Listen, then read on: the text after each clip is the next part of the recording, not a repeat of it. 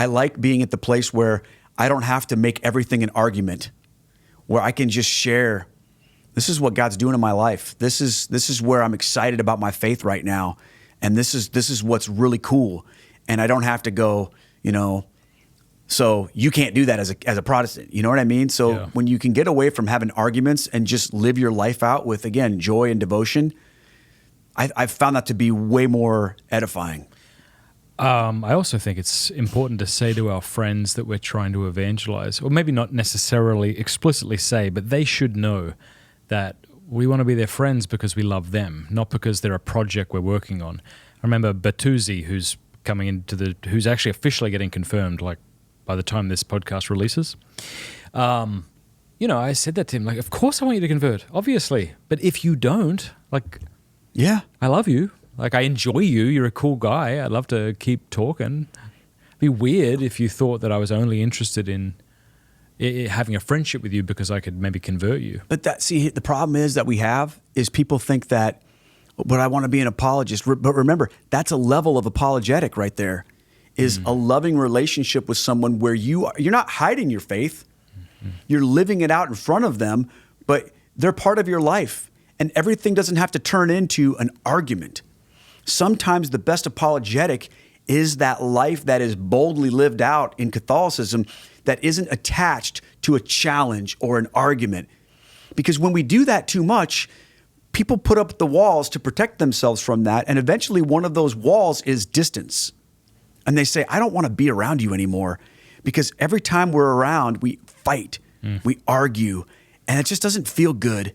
So I'd rather not get together with you. Or when we do get together, we're just going to say, look, we're not talking about God or our faith. I never want to have a relationship like that, Matt. Yeah.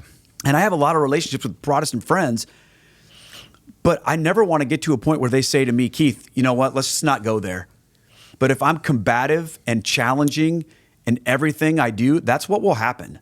And I know that because it has happened. So rather, what I want to do is live out my faith and be able to say, hey, man, what's going on in your life?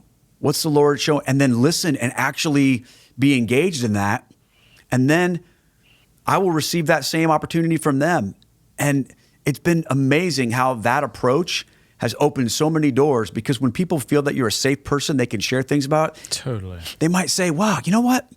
I've always wondered about that. Yeah. Why do you guys do this? Yeah. Why do you guys do that? I want to give a shout out to Gavin Ortland. Okay. You know Gavin? I do. Or of him. I don't know him personally, but the reason I bring up Gavin at this point in the conversation is I was in Rome, last year, and I saw on his feed that he was going to Rome to give some lectures or something. And so we got together for a coffee. It was my first time ever meeting him just outside the Vatican.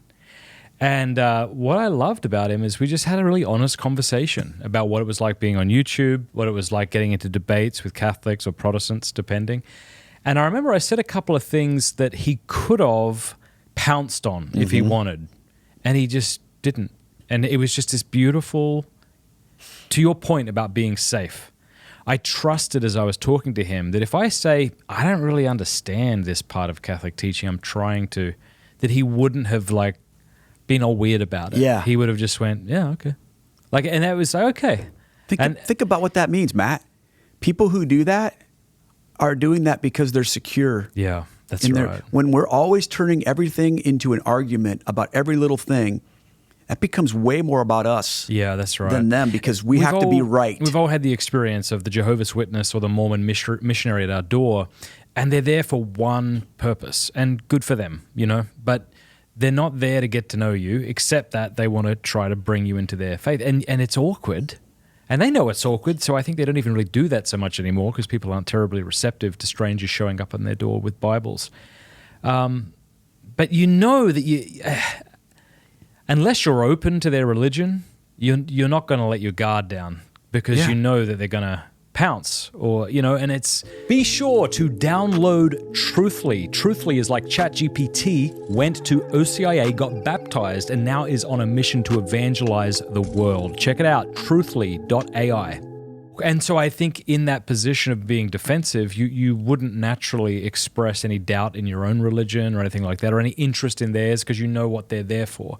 Yeah. So just don't be weird. I think That's something I've grown in. I think with Cameron Bertuzzi from the get-go, it was like, of course I want you to be Catholic. Like, obviously. As opposed to pretending I did. Well, I'm just asking questions and I don't really care that much. And I mean, but rather than being all kind of like secretive about it, it's like, yes, obviously. But if you don't want to talk about it, we don't have to talk about it either. And meaning what you say. Yeah. And not making that the condition of your friendship. Yes. That's important. But that's hard for people who in their own faith are insecure or are just trying to win points, with people on the internet, especially like, all right, I told this guy something or whatever, And I think that, again, we don't have to hide who we are. They don't want us to hide who we are. They want to know more about what that means. Yeah. But they're not going to listen if we turn that expressing of ourselves and who we are and what we mean into an attack against them every time we open our mouth. Yeah. They're not going to want to know anything about us anymore. Yeah, I was just thinking if there was like an apologetics course at the end of which you get a certificate, congratulations, you're an apologist. I think the first course should be someone like Jimmy Akin or Scott Hahn or somebody asking you questions, and they begin with really easy, like who founded the Catholic Church, how many sacraments are there, that sort of thing. And they get increasingly difficult until you don't know and you are forced to say, I don't know. What do you mean you don't know? You have a guess? No, it's completely wrong. Are you sure you know? I don't know. Congratulations, you passed the first. Like, I honestly, the best thing you can do sometimes is go, I have no idea. Mm-hmm. Man, that's beautiful, actually. Because why should you? Like, I don't know how many people are being converted by ChatGPT. I mean, if you go to places like this to look for information, you might get good information and it might help you. But the point is, people, when they come to you and ask you questions about the faith, they're not looking for an encyclopedia. They don't want. If they want an encyclopedia, they go to an encyclopedia. They want to know, like, why do you think that?